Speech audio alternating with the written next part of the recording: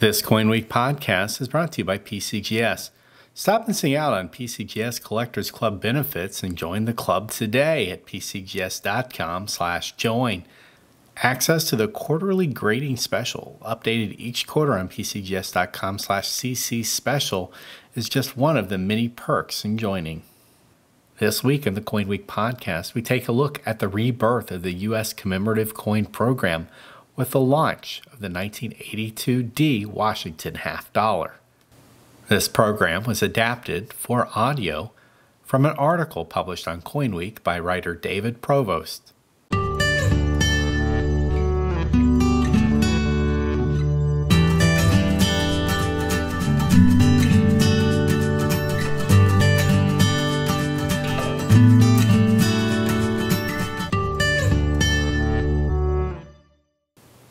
On February 3, 1954, President Dwight David Eisenhower effectively ended the classic U.S. commemorative series with his veto of 3 different commemorative coin bills.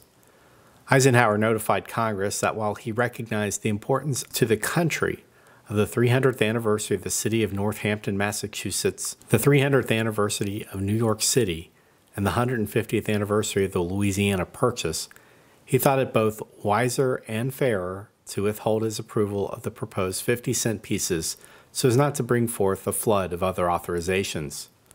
Eisenhower's message to Congress was clear. There would be no new commemorative coins on his watch. Though the striking of new commemorative coins stopped, attempts to get new coins authorized did not. Nearly every successive session of Congress saw new commemorative coin bills proposed. Most garnered little discussion in either the Senate or the House, but their continued introduction indicated interest remained in what would be only a matter of time before a new commemorative coin was approved.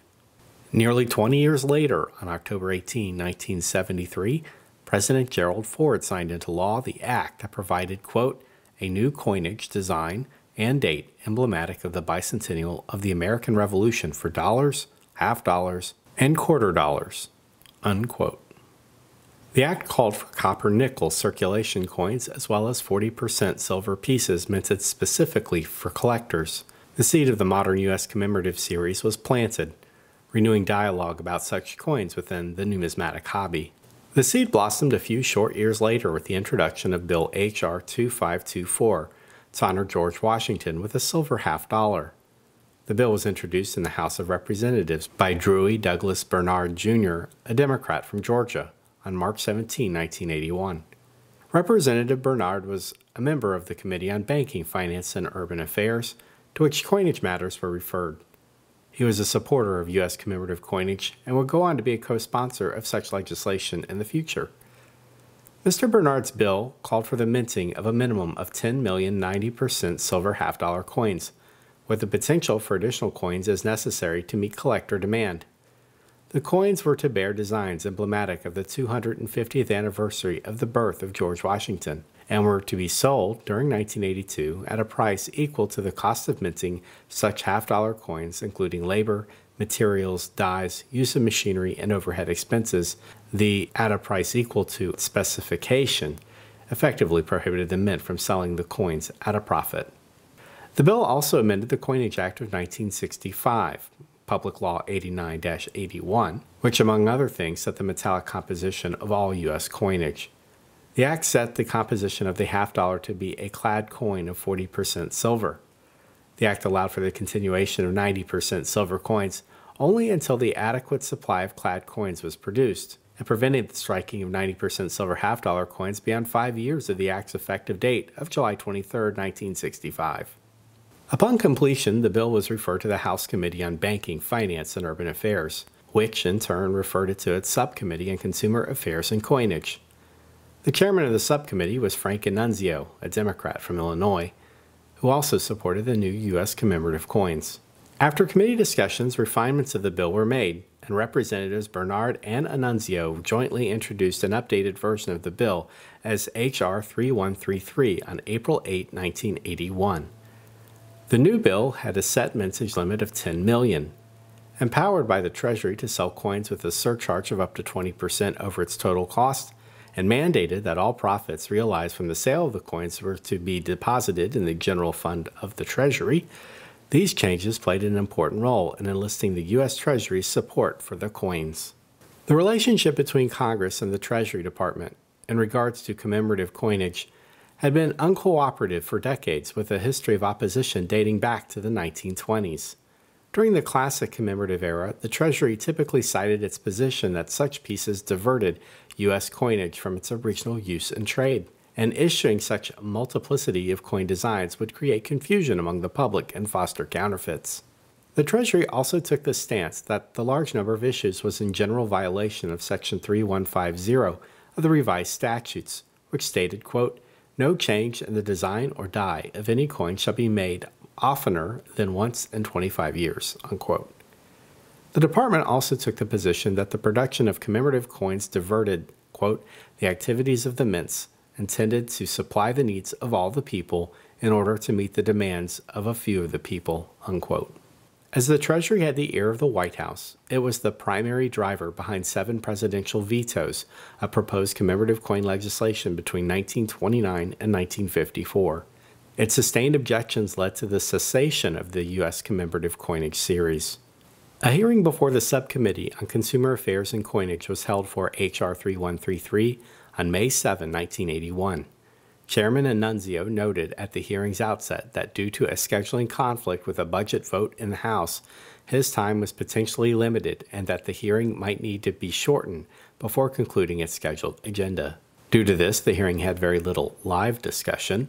Each witness gave a brief statement with the full text of his or her prepared statement entered into the official record without reading it. The first witness called before the subcommittee was Angela Buchanan, Treasurer of the United States. She was accompanied by Alan Goldman, Deputy Director of the Bureau of the Mint. Ms. Buchanan wasted little time making her department's view clear by quickly announcing that the Treasury Department supports this proposal. She did note, however, that the support was subject to certain comments and recommendations that she would outline. Addressing the Treasury's past objections to similar coinage legislation, she noted that it was rooted in the fact that such coins were to be issued for the benefit of private sponsors and organizations rather than for the benefit of the government's own account. As this was not the case with the George Washington coins, the Treasury was ready to work with Congress on making the coins a reality. In her prepared statement, Ms. Buchanan emphasized that the Mint would need additional funding and manpower to produce and market the coins. She outlined how recently mandated federal budget constraints had caused the planned reduction of the Mint staff by 179 permanent positions, and that it would not have enough staff to complete the estimated 120 work years of effort that would be needed to strike, market, and ship all 10 million coins. Doing the math based on a federal work year of 1,645 hours per employee, it appears that the Treasury estimated approximately 1.2 minutes of total labor per coin. H.R. 3133 included language which authorized an appropriation for carrying out the proposed coin program, and Ms. Buchanan's statement before the hearing left no doubt that the Treasury would request such funding. The Treasury made 2 specific recommendations for technical changes to the bill. The first was to add a provision specifying that the Mint use silver from the nation's strategic silver stockpile. The 1970 legislation that authorized the striking of silver Eisenhower dollars for collectors specified that the silver to be used for them was to come from the U.S. strategic and critical materials stockpile.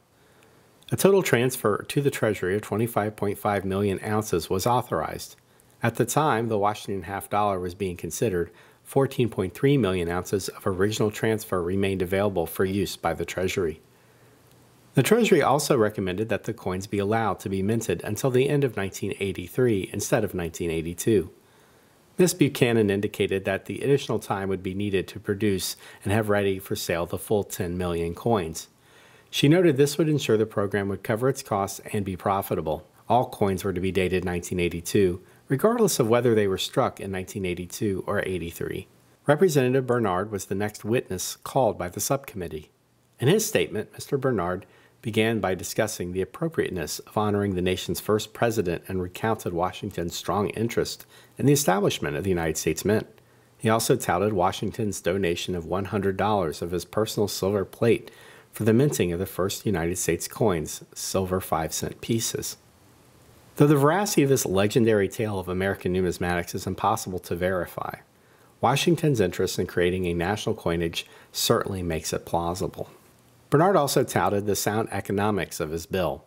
Providing a marketplace perspective in support of his bill, Bernard referenced the growing worldwide interest in silver commemorative coins, and how the U.S. was missing out on its financial benefits. By not issuing silver commemorative coins, the U.S. government had forced American collectors to look to the mints of foreign nations for their collector coins, Bernard argued, and the resultant outflow of millions of collector dollars was generating profits for foreign governments and widening the U.S. trade deficit. Bernard concluded his comments by noting how the approval of H.R. 3133 would provide collectors with an American alternative when purchasing silver coins, and how this, in turn, would benefit the U.S. government through the reduction of the national debt. The Washington Commemorative was proposed at a time when unsuccessful launch and acceptance of the Susan B. Anthony dollar was fresh on the minds of those in Congress. Bernard sought to distance the new commemorative from the Anthony dollar debacle by stating, "This is no Susan B. Anthony dollar, but rather a profitable venture into a proven market utilizing the mint's almost 200 years of expertise." The hearing also invited two numismatists, George Haiti, president of the American Numismatic Association at the time, and Anthony Swiatek, a coin dealer and numismatic author specializing in U.S. commemoratives. Haiti discussed the abuses seen in many of the commemorative coins of the classic series, making particular note of three key issues. 1. The large number of issues that feature themes of only local importance versus true national significance. 2. The issuing of coins for the benefit of private organizations rather than the U.S. government. And 3. The burden placed on the mint by multi-year coin programs and the frequent need to strike several different commemorative issues in a single year.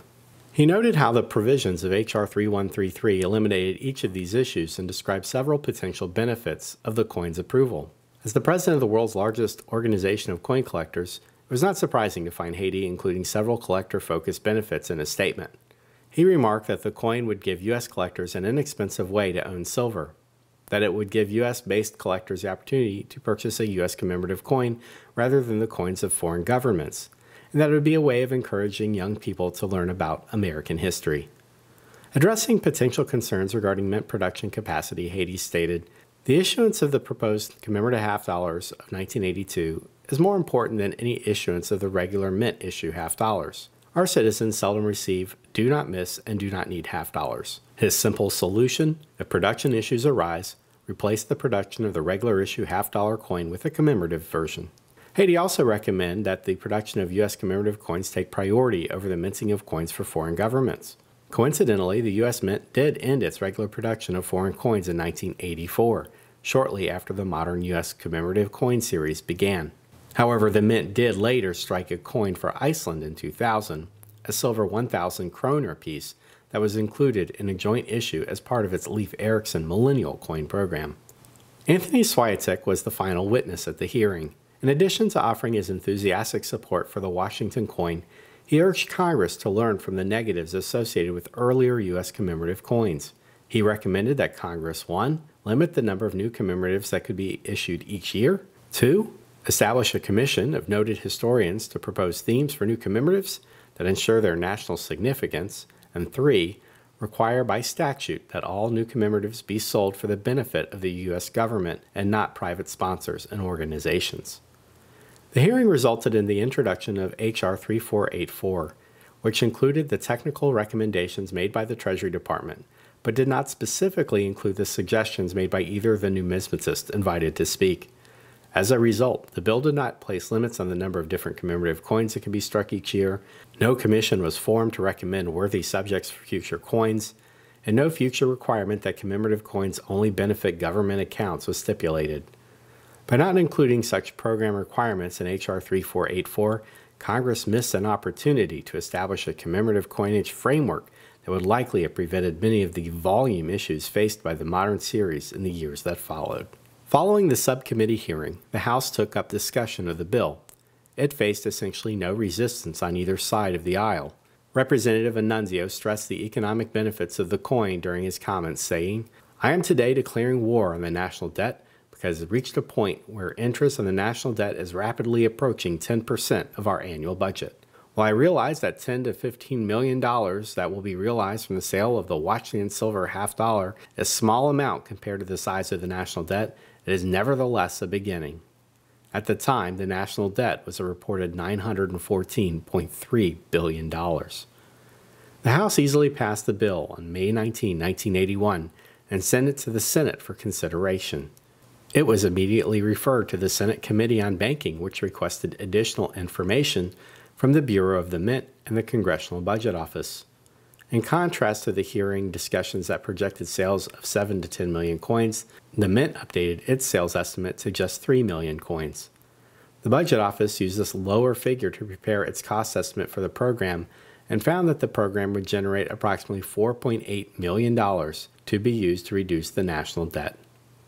The coin program would ultimately have sales over 7.104 million coins and generate over $36 million in profit. Upon receiving the Budget Office report in November, the committee reported the bill favorably, and it was quickly passed by the Senate on December 9, 1981. President Ronald Reagan signed the bill into law, Public Law 97-104, on December 23, 1981, officially authorizing the U.S. Modern Non-Circulating Legal Tender Commemorative Coin Series.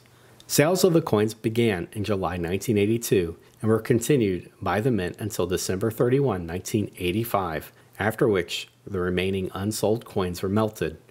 In terms of coins sold, the hugely successful George Washington half dollar ranks third among modern U.S. commemoratives, eclipsed only by the 1986 Statue of Liberty half and silver dollars.